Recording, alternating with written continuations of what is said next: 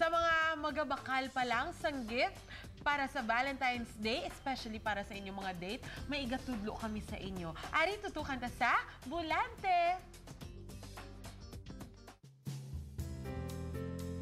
Kada magabutang Valentine's Day, hindi gid pwede madula ang regalo. Diri ginapaagi ang mensahe para sa mga pinalangga. Pinakapopular sa tanan ang rosas. Sa pagligad sang panahon, kag paging creative naton nga mga Pinoy, nagadamo na gid ang pililian. Pareho na lang sa isa ka balaligyan nga amon nalabayan. Siyempre man, para at least ano man nila, sa mga girlfriends nila, loved ones, para at least ma-express man nila ilang feelings sa amo na nga time.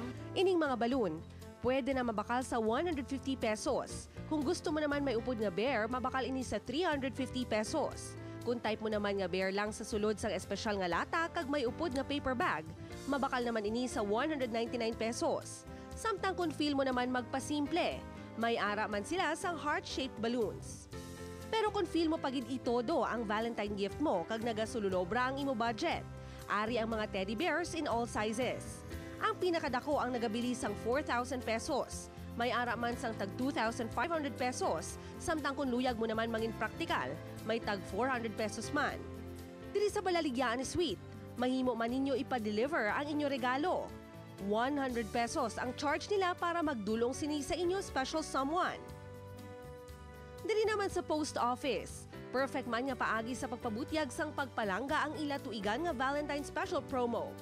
Mga heart-shaped brownies ang handa man nila nga i-deliver sa inyo mga pinalangga.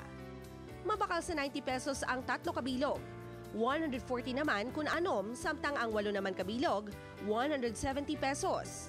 Pero mga kapuso, tugtog sa Lunes lang ini, gani magdali.